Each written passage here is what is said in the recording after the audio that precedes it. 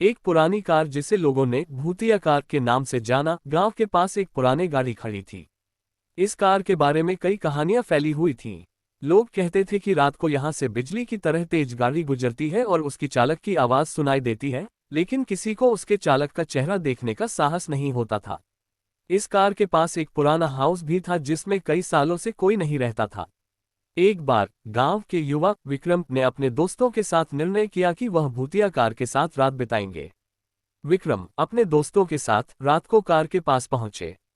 जैसे ही वे उसके पास आए, उन्हें अजीब सी आवाजें सुनाई दी। लेकिन विक्रम ने अपनी हौसला नहीं हारी। वह अपने दोस्तों के साथ कार में बैठे और उसे चलाने की कोशिश की। कार का इंजन चलाने के बाद वे गाड़ी से दूसरे गांव की ओर निकले। जैसे ही वे गाड़ी में बैठे, गाड़ी एक अजीब सी ऊंची आवाज के साथ आगे बढ़ने लगी। विक्रम और उसके दोस्त घबराए, लेकिन वे बाहर निकलने का निर्णय नहीं लेते। गाड़ी धीरे धीरे एक पुराने जंगल की ओर चली गई और विक्रम और उसके दोस्तों के दिल में डर का आभास होने लगा। अचानक गाड़ी बिना किसी चालक के ही आगे बढ़ती रही और वे जंगल के अंदर खो गए। जंगल में गाड़ी की लाइट्स धीरे धीरे कमजोर होने लगी और वे अंधेरे में खो गए। विक्रम और उसके दोस्तों के हृदय में डर बढ़ता गया और उन्हें लगा कि यह भूतिया कार उन्हें कहीं अजीब स्थान ले जा रही है। गाड़ी अचानक रुकी और उसका इंजन बंद हो गया। विक्रम और उसके दोस्तों ने गाड़ी के बाहर देखा और वहां उन्हें कुछ नजर आया जो उनके होश उड़ा देने वाला था। गाड़ी के बाहर उन्हें एक पुराना कब्रिस्तान दिखाई दिया जिसके चारों ओर अंधेरा छाया हुआ था। वे देखा कि कुछ अंधविश्वासी आत्माएं वहां घूम रही थीं और उनकी आवाज सुनाई दे रही थी। विक्रम और उसके दोस्तों के हृदय में डर और उत्साह का मिश्रण था। वे जानने के लिए चाहते थे कि क्या ये सचमुच में भूतिया कार है या यह उनकी मानसिकता की एक कल्पना है। क्या विक्रम और उसके दोस्त इस अजीब महाकाव्य में सत्य की खोज में अग्रसर होंगे? और क्या उन्हें इस भूतिया कार से बाहर निकलने का रास्ता मिलेगा? विक्रम और उसके दोस्त एक दूसरे की ओर देखते हुए तैयार हुए कि वे इस अजीब और डरावनी स्थिति से निकले। धीरे धीरे वे गाड़ी से बाहर निकले और भागते हुए दूर चले गए। दिल धड़कते हुए वे एक सुरक्षित स्थान तक पहुंचे जहां वे अपने दोस्तों के साथ बैठकर संभली हुई राहत महसूस करने लगे। उनके मन में उत्साह और भय की भावना एक साथ थी। गुजरते वक्त वे विचार करने लगे कि क्या वह जंगल और उस भूतिया कार का सामना केवल एक विचार ही था या शायद कुछ और है।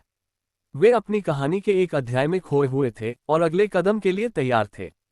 धीरे धीरे विक्रम और उसके दोस्तों की डर भी खत्म होती गई और वे एक दूसरे के साथ मजे करने लगे। वे अपने अनुभवों को एक दूसरे के साथ शेयर करते हुए हंसी मजाक में खो गए। गाड़ी की अनूठी घटना उनके दिलों में सिमटी हुई थी, लेकिन वे उसे अपने जीवन की एक अनुभूति के रूप में स्वीकार कर लिया था। वे इससे सीख लेते हुए आगे बढ़ने का निर्णय लिया। गुजरते वक्त उन्होंने वापस अपने गांव की ओर रवाना हो गए, अपनी कहानियों के साथ। उनके दिलों में डर का स्थान नहीं बचा, बल्कि उन्होंने उसे एक पारंपरिक कहानी के रूप में स्वीकार किया। गांव में विक्रम और उसके दोस्तों की कहानी एक अजीब चर्चा बन गई और भूतों के विषय पर वार्ता होती रही। लेकिन विक्रम और उसके दोस्तों के लिए वह रात केवल एक अनुभव के रूप में ही रह गई और वे अपने जीवन के अगले पड़ाव के लिए तैयार थे। गांव में समय बीतता गया और विक्रम और उसके दोस्तों की भूतिया कार की कहानी धीरे धीरे भूली जाती गई, लेकिन उनके दिल में वह रात का अनुभव हमेशा के लिए बना रहा। विक्रम ने इस घटना से एक सीख ली कि हमें किसी भी अजीब और अनजाने स्थिति को आत्मविश्वास से निभाना चाहिए। डर को नकारना और साहस दिखाना हमें अगले कदम पर आगे बढ़ने में मदद कर सकता है। और उस रात के बारे में वह हमेशा याद रहेगी जैसे एक अनुभव जो उन्होंने साझा किया और जो उन्होंने अपने जीवन को एक नई दिशा दी। इस प्रकार विक्रम और उसके दोस्तों ने अपनी कहानी का एक नया पाठ शुरू किया और वे अपने जीवन के अगले सफर के लिए तैयार हुए। और वह भूतिया कार, वह गांव की कहानियों में एक और चुनावी अनुभव के रूप में रही।